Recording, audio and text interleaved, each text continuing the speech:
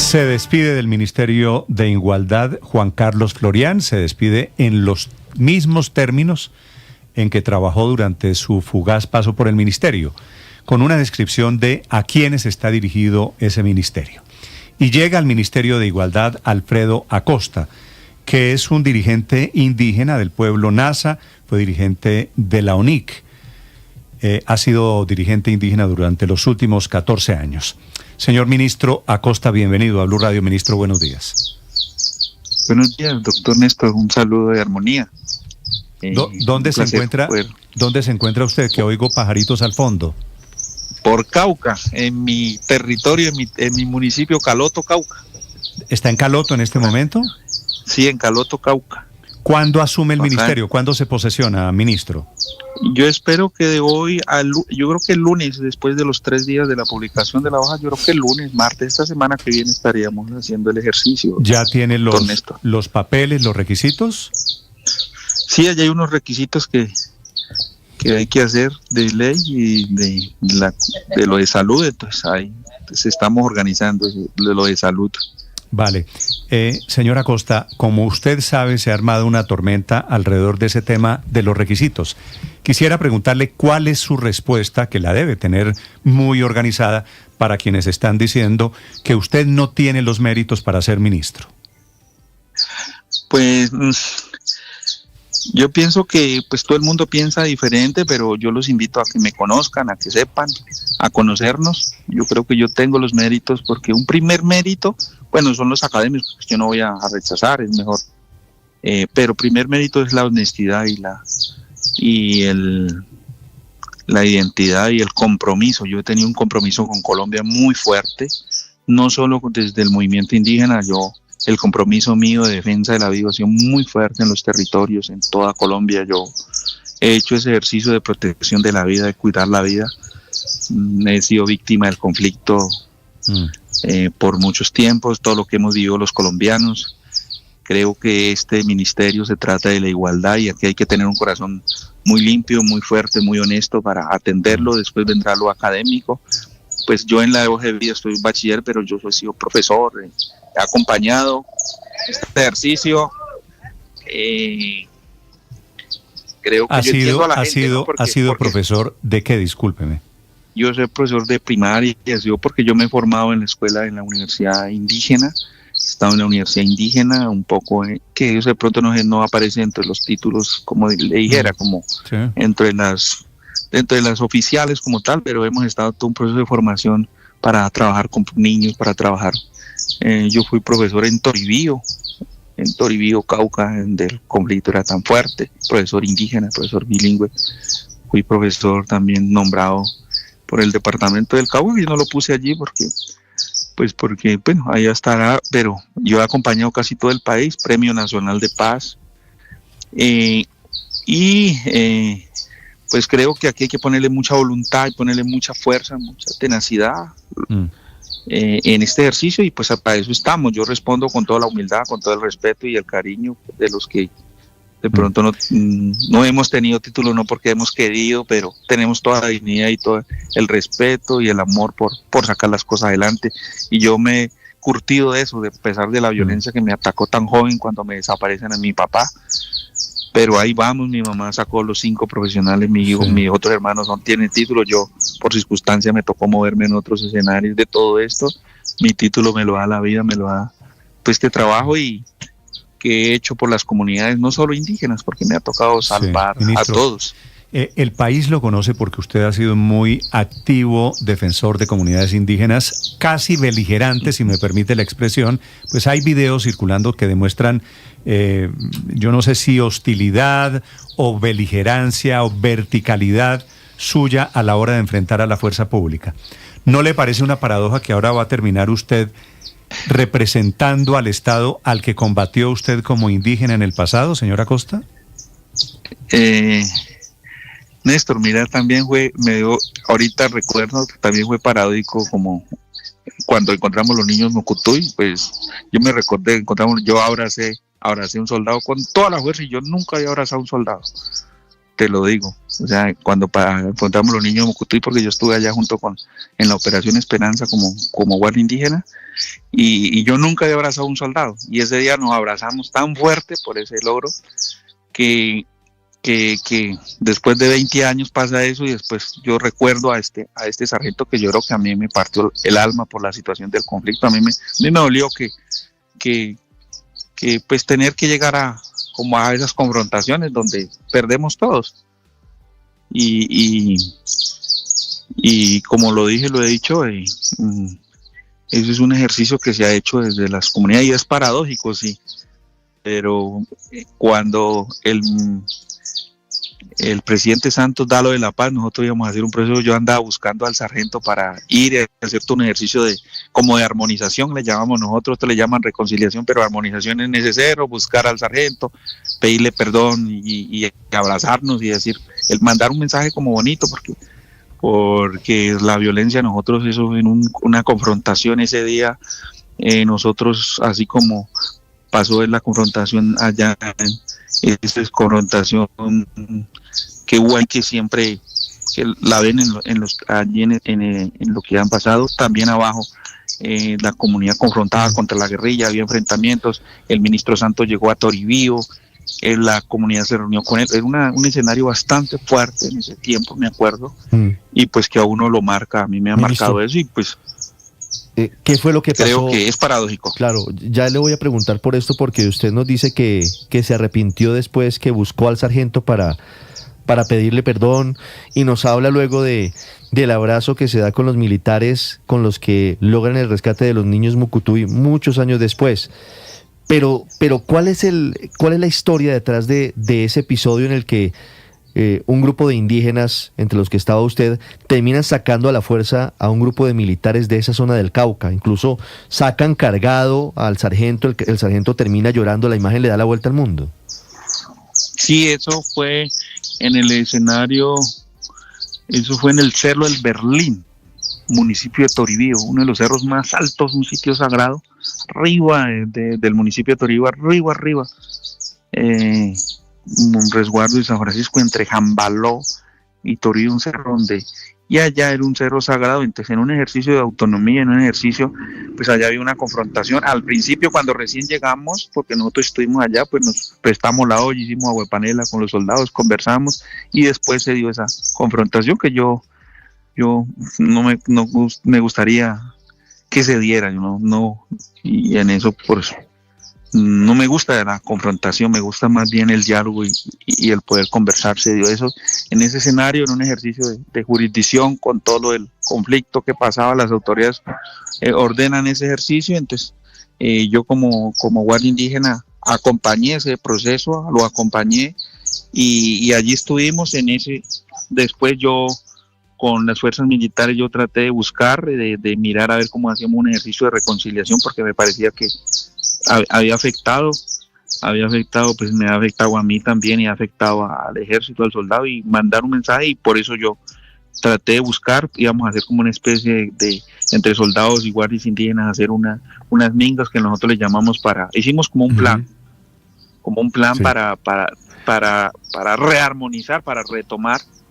Y eso fue no me acuerdo bien la fecha, ya hace 20 años atrás, y entonces, en ese escenario de esa guerra tan absurda que vivimos los colombianos, sí, pasó esa situación con el ejército, y en últimas ahí ninguno, ni él, ni el ejército, ni mi persona tenemos por qué vivir, ni mi mamá, ni la mamá del soldado tenemos por qué vivir estos dolores. Y yo lo digo porque yo soy víctima de esa situación de violencia tan dura, esa víctima de violencia tan dura que hemos vivido en el Cauca por parte de los actores. Sí, ministro, usted me dice que está buscando al sargento, el del famoso video de estos días desde que lo nombraron a usted. ¿Usted me quiere decir el nombre de ese sargento, a ver si yo lo puedo ayudar a buscar? Yo sí le pediría, Néstor, de todas maneras, yo hablar con el ministro de la Defensa, a ver si lo ayudamos a buscar. ¿Esto fue hace cuánto? Hace 20 años. Menos, ¿no? 11, 2012. No me acuerdo, no tengo. Fue en el 2012, 14 años. 2012, 14 años. Sí, junio del 2012. 14 años. Y entonces yo le digo, en los primeros días cuando viene lo de la paz y lo de la reconciliación, yo anduve como buscando, no pude, no, porque es cerrado la información en el ejército. Pero ahorita que estoy en este ministerio, yo sí quiero darle un abrazo a ese sargento y a la mamá, porque pues ambos somos... ¿Y usted lo ha buscado en dónde, ministro? No, yo lo ando buscando a través del ejército y pues no di, porque antes yo pues uno no tenía como la incidencia para hacer. Ahorita que soy ministro, voy a ayudarle. Pero Néstor, a buscarlo. Si me ayuda, yo... Claro. Si lo encuentro, se lo pongo al teléfono para que al hagamos mono, la Néstor, le gestión. conocen cariñosamente como el mono, es el sargento Rodrigo García Amaya, es el militar que termina llorando, que termina pidiéndole a ellos que no se van del territorio porque es un territorio donde tiene que hacer presencia la fuerza militar. Ministro, del Estado. ¿y usted qué le diría a ese soldado hoy? Digamos, su vida ha cambiado, seguramente la perspectiva es diferente, las circunstancias son diferentes. Yo lo abrazaría y le pediría que le pediría en un gesto muy humilde que lo reconozco, que lo reconozco como persona, lo reconozco como defensor de la vida. Ambos somos defensores de la vida y le daría un abrazo muy, muy fuerte y más que a él, a la mamá. Pero usted lo quiere para pedirle disculpas, ministro. Sí, o sea, para pedirle para un acto de no tanto que no sea ni incluso ni como le dijera, que no sea ni visto como un acto así de... Porque yo lo entiendo, o sea, yo entiendo el honor militar, mi papá fue militar, entiendo, y eso a veces a uno lo marca. Ya es como cuando su papá fue militar, ¿en dónde? ¿En el Cauca? Él fue del batallón de ingenieros de Palmira. Sí, mi papá fue batallón de ingenieros de Palmira. ¿Y por qué su hostilidad o en general la de los indígenas con los militares, ministro? Pues yo no creo, Néstor, que sea contra los militares. O sea, nosotros con los militares, pues sí, ha habido una situación, es que esta guerra nos metió en eso y muchos no entendemos. Nosotros precisamente empezamos un proceso a raíz de eso que pasó allá, con el ejército empezamos un poco como a conocernos. A veces no conocemos. Cuando llegó el presidente Uribe a la María Piendamón, yo era el comandante de la Guardia Indígena del Cauca, y había un hermetismo de los soldados para llegar allí allí, y todo el mundo decía, no, que los indígenas son guerrilleros, que los indígenas no están. Y cuando llegaron las policías y coordinamos todo en conjunto para proteger al señor presidente Álvaro Uribe, con el jefe de seguridad de él, yo me acuerdo que después se fueron y dijeron, no, pero acá es una armonía, acá no es así como se decía. Entonces hay como no nos conocemos, no sabemos, nosotros no sabemos que muchos indígenas no conocen qué es el ejército, ni lo conocen, y la guerra ha mostrado como otra cara. Mucha de eso, a veces hay una confrontación en nuestro corazón, en nuestro, como una mala visión. Hay que conocernos, sabernos, y en ese desconocimiento, en esa falta de comunicación, en esa información que a veces da, en esa falta de poder entender muchas realidades de nuestro país, se da eso, y yo digo que no, nosotros los indígenas no odiamos al ejército, nosotros agradecemos mucho, porque hemos trabajado también en conjunto en muchos escenarios con el ejército, con la policía. Empezando antes, yo me daba risa en el escenario de confrontación en el Pital, donde habían las paros, la policía, el ejército haciendo fila pasándonos jugamos un partido de fútbol en el Palcual Guerrero con el SMAT, la Guardia Indígena. Entonces yo miraba y decía, y hace poco el presidente vino a la Emperatriz y ahí estuvimos coordinando con la policía, con el ejército, con el SMAT y la Guardia para dar la protección. Entonces mira, claro, que esos son esos escenarios que yo no quiero ni nunca que se vuelvan a repetir. Sí, ministro, usted ya habló con el presidente Petro y en caso de haberlo hecho, ya le dio instrucciones de qué hacer en el Ministerio de la Igualdad, que ha sido tan cuestionado estos 3 años de gobierno. Pues inicialmente él me ha dado la información de la designación. Yo todavía no he recibido ya la instrucción como tal, pero en términos técnicos veo que hay un ejercicio de ejecución represado que tenemos que hacer, toca hacer para que eso llegue verdaderamente a las comunidades. Ya, un ejercicio de gestión también que toca hacer, que toca mirar, porque tú, como lo dices, este ministerio está en gasto, está en atraso, entonces hay que hacerlo, toca hacerlo. Creo que es una tarea principal que me pondrá también pues yo espero la orden del presidente bien ya en detalle cuando ya me posicione. Sí. Ahora, ministro, para terminar, usted será ministro durante 6 meses, ¿verdad? Sí, Néstor, me toca correr. Sí. Correr. Fundamentalmente creo que estaremos de acuerdo. En 6 meses es relativamente poco lo que se puede hacer. Sí, con ley de garantías encima, claro, Néstor, con ley de garantías encima. Fundamentalmente usted llega al ministerio con un mensaje político hacia las comunidades indígenas de Colombia. Sí, o sea, pero no solo a los abros, a los campesinos, hay un sector de mujeres que toca desarrollar, el sector de jóvenes que me parece muy importante para los jóvenes, hay un sector de acueductos para regiones más, eso toca moverlo, pues me toca correr, ya. Sí. Ministro, ¿usted es casado? Mi esposa murió hace 20 años, me dejó 2 hermosos hijos. ¿Murió y usted sigue viudo o tiene una pareja? Pues allí una pareja después del territorio, como en unión libre, no me he casado aún. Vale. ¿Y los niños son, si me permite la pregunta personal, ministro, si no le molesta, son niños de qué edades? ¿Usted se los trae a vivir a Bogotá o cómo va a ser? No, ellos ya son. Yo ya resolví una cosa del perro negro, dicen le voy a contar así, el perro negro dice que el que no tiene hijos en el movimiento indígena, desde la visión se lo lleva el perro negro. Yo ya resolví eso y mis hijos ya todos son jóvenes. No le entendí, perdóneme, ¿qué es lo del perro negro? Hay una como un mito que el que no tiene hijos se lo lleva el perro negro, le dicen la abuela a uno. Entonces yo ya resolví ese problema y no me va a llevar. Usted ya no se lo llevó el perro negro, mejor dicho. No me va a llevar el perro negro, porque ya tengo hijos. Ok. Tengo 5 hermosos hijos, pero la mayoría ya son yo muy joven tuve los hijos y ya uno son profesionales, uno es abogado, otro es mi nena que es enfermera jefe, el otro que está estudiando arquitectura, el otro ingeniería, vale, y el otro estadística. Vale, mira. Pues ministro, me alegra saludarlo, conocerlo y presentárselo a los colombianos que han hablado tanto de usted por aquello, para ser sincero, de los prejuicios. Sí, Néstor, sí.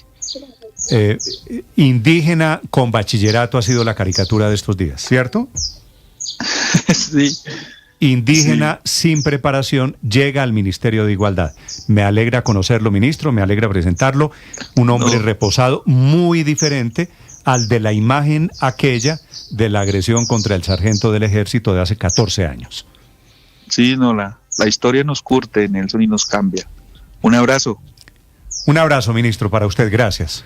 Néstor, se llama Luis Alfredo, de la comunidad de los NASA, Néstor, de los indígenas del Cauca. Luis Alfredo Acosta será desde la semana entrante el nuevo ministro de la Igualdad. Quedo con una muy buena impresión, con una grata impresión. Tiene un tono de comunión, un tono de conversación, un tono no beligerante, no de pelear, sino al contrario, de construir juntos. Me gusta también que es una persona abierta, capaz de reconocer, mira, me gustaría encontrarme con ese sargento en el pasado, y mire lo que dijo, la historia nos curte.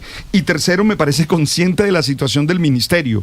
Ojo, dice, me toca correr, Néstor. Sí, cuando usted le dijo que eran 6 meses, dijo, me toca correr, hay que ser ejecutivo. Sí, realmente quedó muy bien impactado. 9, sí, sin duda fue una grata entrevista, porque, pues bueno, había, claro, como usted lo dijo, Néstor, los prejuicios de haberlo visto en esa condición ahí cuando le replicaba en forma tan agresiva al sargento del ejército, y pues sí, muchos se habían quedado con esa imagen, pero yo creo que efectivamente esta entrevista pues nos sirve a todos los colombianos para conocerlo y a él para hacerse conocer, y a mí sí me sigue gustando que tengamos un ministro indígena, eso me parece muy bien. Néstor, el legado del presidente Gustavo Petro no va a ser la gran gestión y los grandes resultados gubernamentales. No me digas. El legado será la representación y la inclusión de sectores marginados a la democracia colombiana, y es que no hay democracia sin alternancia, Néstor.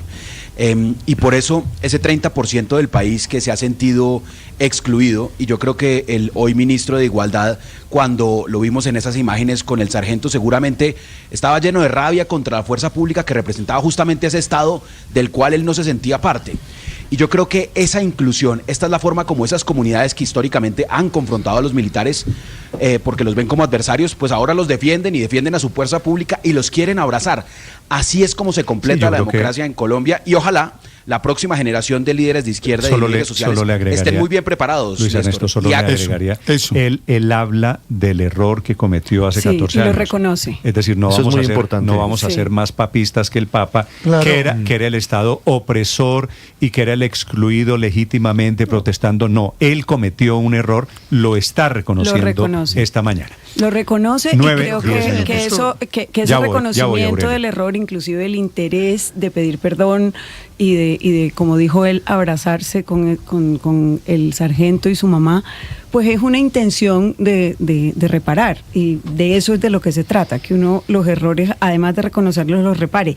Pero llega el ministro, además de con un reto de ejecución, como él mismo lo dijo, que sinceramente pues yo no creo que logre cubrir en 6 meses ese bache. Él también lo tiene tan claro, grande, eso sería un acto de ingenuidad pensar que él va a llegar a hacer en 6 meses lo que no pudieron en 3 años y medio. Es muy difícil, y con una rotación de 9 meses por ministro, pues todo el gobierno lo que marcó fue que ese ministerio no era para ejecutar, porque nunca lo quisieron así. Me sorprendió. Pero ojo que la supervivencia del ministerio también está en manos de él, ¿no? Porque recordemos que esto requiere de un proyecto de ley y tendrá que estar mucho tiempo en el Congreso. Ahí esa vocación de conciliación seguramente le hará mucho bien al ministro. Pero dista mucho, por la entrevista, dista mucho de las actitudes de, por ejemplo, el ministro de Salud o del propio presidente. Sí, es Felipe, otro tono. Este señor es un estadista. Otro tono, es un estadista, otra persona. Al lado de los ejemplos que usted está poniendo. Sí. Ahí queda la entrevista para quienes no la escucharon. Yo quedo con muy buena impresión. Sí, deja una buena impresión. Del señor ministro Acosta. Acosta. Un buen mensaje, ¿no? Aurelio, señor. Sí, dejó un buen mensaje. Un mensaje de conciliación, un mensaje de diálogo, casi que inédito en el gobierno de Gustavo Petro. Y me parece bien que así lo haga. Es una costumbre, además de los pueblos NASA, a actuar de esa manera, y me parece que le hace honor a su pueblo. Pero la pregunta que yo me hago aquí, ¿cuánto le va a durar al presidente Petro?